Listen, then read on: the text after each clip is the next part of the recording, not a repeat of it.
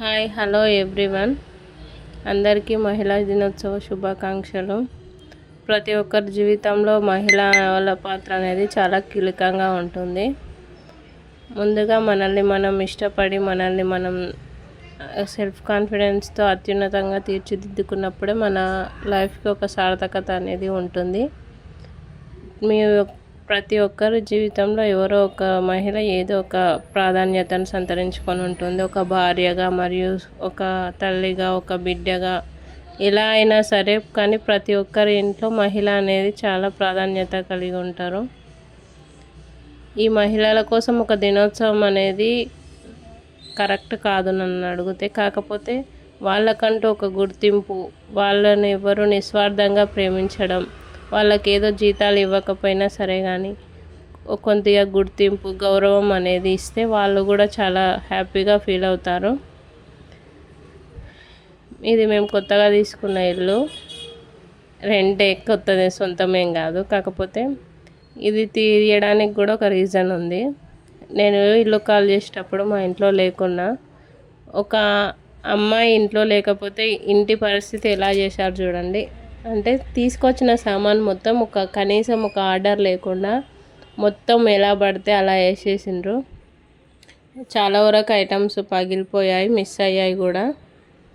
ఇంకా ఏం చేస్తాం, అది ఏం చేయకపోతే ఇంకా అది కూడా మాట్లాడితే ఇది కూడా చెయ్యరని చెప్పేసి ఇంకా మన అవసరం ఉన్నప్పుడు ఏమనొద్దని చెప్పేసి ఖాళీగా ఉన్నాం. అయినా సెకండ్ ఫ్లోర్ వరకు బాగానే తీసుకొచ్చిర్రు.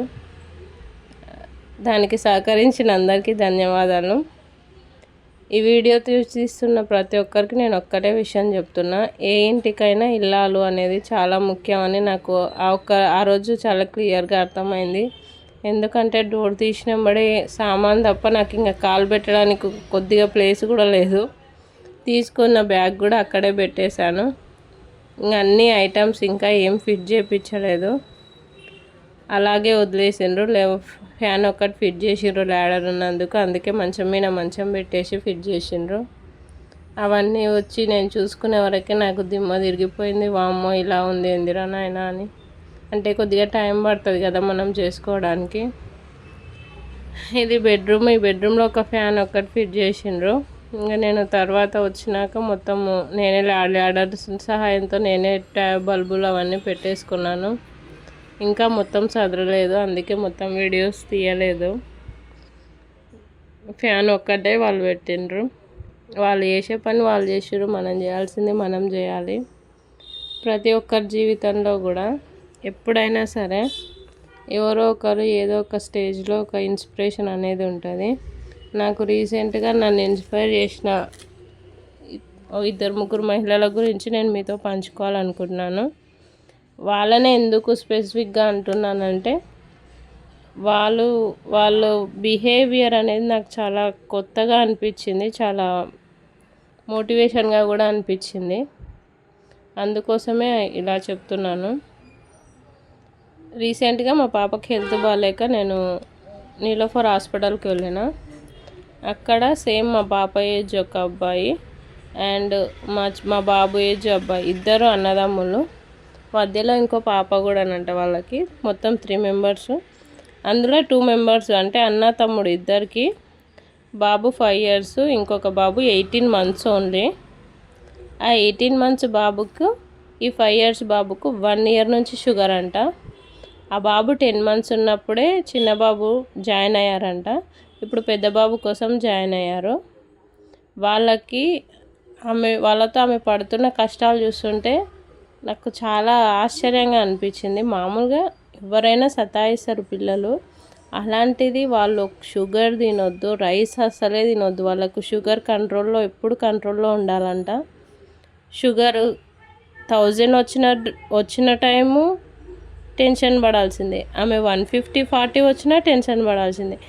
డైలీ మార్నింగ్ 3 o'clock, మళ్ళీ 6 o'clock, మళ్ళీ తినకముందు 10కి, మళ్ళీ 12కి, 3కి, మళ్ళీ ఈవినింగ్ 6కి, మళ్ళీ నైట్ 10కి, మళ్ళీ నైట్ 12 o'clock. ఇలా ఎప్పుడు షుగర్ టెస్ట్ చేసుకుంటా వాళ్ళకు 3 times ఇన్సులిన్ వేసుకుంటూనే ఉంది ఆమె.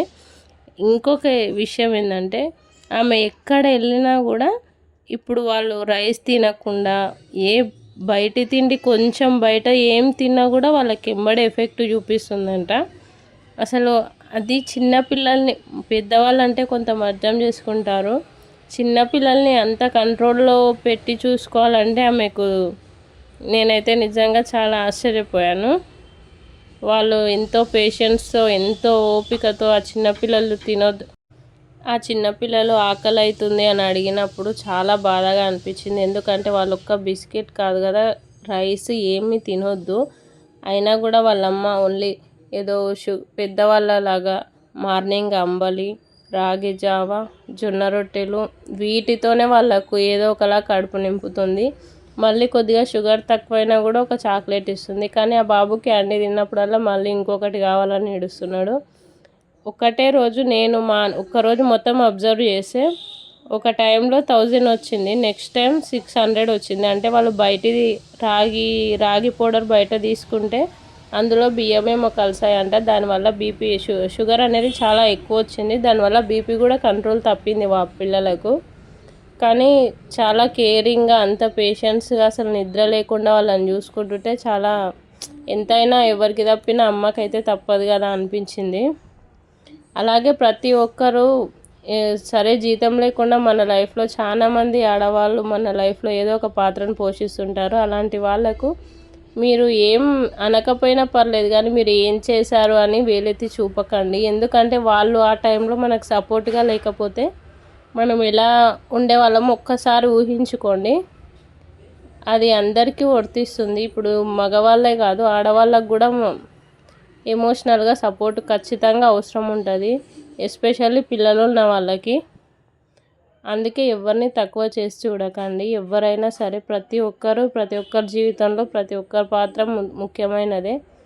అందరినీ గౌరవించండి. మీరేం వాళ్ళకు శాలువాలు కప్పి దండలు వేయాల్సిన అవసరం లేదు. అట్లీస్ట్ వాళ్ళు ఉన్నారని గుర్తించి వాళ్ళకు కొద్దిగా రెస్పెక్ట్ ఇచ్చి మంచిగా మాట్లాడితే చాలు. బాయ్. Subscribe please. వీడియో నచ్చితే లైక్ చేయండి, కామెంట్ చేయండి. అందరికీ మహిళా దినోత్సవ శుభాకాంక్షలు. Thank you.